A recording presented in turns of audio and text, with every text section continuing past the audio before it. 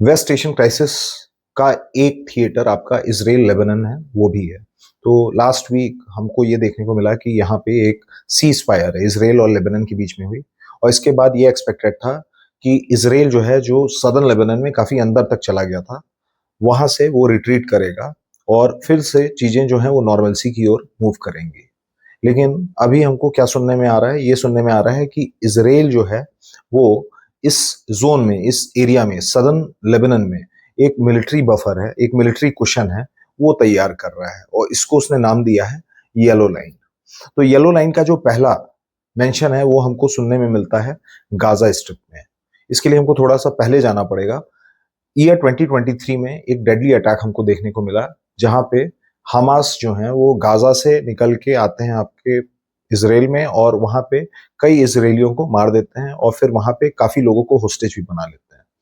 उसके बाद से हमको देखने को मिला एक वॉर शुरू होती है पैलेस्टीन और इसराइल के बीच में, और 2 साल बाद 2025 में, अक्टूबर 2025 में, इसराइल जो है वो गाजा स्ट्रिप में घुस के एक येलो लाइन है वो डिमार्केट कर देता है। मतलब एक मिलिट्री मिलिट्री कुशन बनाने की कोशिश करता है, एक मिलिट्री बफर बनाने की कोशिश करता है। इसके अंतर्गत वो गाजा के अंदर येलो कलर के पिलर्स, बोलार्ट्स 300-300, 200-200 मीटर की दूरी पे इंस्टीट्यूशनलाइज करता है, सेटअप करता है, और इस जोन को हैविली मिलिटराइज कर देता है। इसमें करीब करीब 2 पूरे पूरे डिवीजन इजरायली डिफेंस फोर्सेस की डिप्लॉयड है। आइडिया क्या है इसराइल का ये करने के पहले, कि जो अटैक्स भविष्य में होने वाले हमास की ओर से, उसको इस पर्टिकुलर मिलिट्री जोन में कंटेन किया जा सके, रोका जा सके। अब सेम मॉडल जो है इसराइल सदर्न लेबनान में भी कर रहा है, किसको रोकने के लिए? हिजबुल्लाह को रोकने के लिए। हिजबुल्लाह हमास है क्या बेसिकली? तो ये ईरान का एक जो प्रॉक्सी नेटवर्क है उसका हिस्सा है। इसको हम कहते हैं एक्सिस ऑफ रेजिस्टेंस। ईरान जो है वो इसराइल को एनसर्कल करने के लिए एक्सिस ऑफ रेजिस्टेंस है उसको सपोर्ट करता है। इसमें आप इसराइल के ऊपर देखेंगे तो लेबनान है, वहां पे वो सपोर्ट करता है हिजबुल्लाह को, जो कि एक मिलिटेंट ग्रुप है। दूसरा मिलिटेंट ग्रुप सपोर्ट करता है जो ईरान, वो है आपका हमास जो गाजा में है, और तीसरा जो मिलिटेंट ग्रुप है वो है आपका हूथीज जो यमन में है। तो गाजा स्ट्रिप वाला एरिया और लेबनान का एरिया जो है वो आपका कंटिजुअस है, मतलब वो इसराइल से लगा हुआ है, एक थलीय सीमा, एक लैंड बॉर्डर है, वो शेयर करते हैं ये दोनों देश, या दोनों रीजन बेसिकली इसराइल के साथ।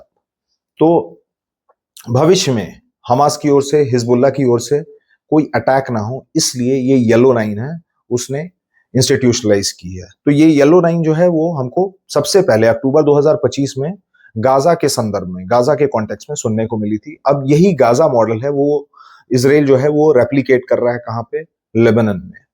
तो पहली बार हमको इसका जो एक इंटरनेशनल थिएटर में मेंशन सुनने को मिला था, वो गाजा का जो पीस प्लान है ट्रम्प द्वारा, उसमें सुनने को मिला था। लेकिन अब क्या है, अब इसको लेबनान में भी रेप्लिकेट किया जा रहा है। इसमें इसराइल कर क्या रहा है, जैसे गाजा में उसने एरिया तो मिलिटराइज कर दिया, और फिर यहाँ पे कुछ माउंट्स हैं वो बना दिए, जिससे आईडीएफ, इसराइली डिफेंस फोर्सेस के जो पर्सनल्स हैं पूरे एरिया को पेट्रोल कर सकें, सर्विलांस कर सकें। साथ ही साथ यहाँ पर रेडियो टावर्स हैं वो भी इंस्टीट्यूशनलाइज किए गए, जिससे ठीक तरीके से निगरानी रखी जाए गाजा पट्टी पे। तो this is the idea behind yellow line. और येलो लाइन जो है आपकी, वो शुरुआत में एक टेम्पररी मिलिट्री बफर की तरह इसराइल जो है वो सेटअप कर रहा है, लेकिन जो स्ट्रैटेजिस्ट है उनका ये मानना है कि धीरे धीरे इसको इसराइल जो है वो परमानेंट कर देगा, और एक अपने बॉर्डर के अराउंड एक कुशन की तरह इसको इस्तेमाल करेगा।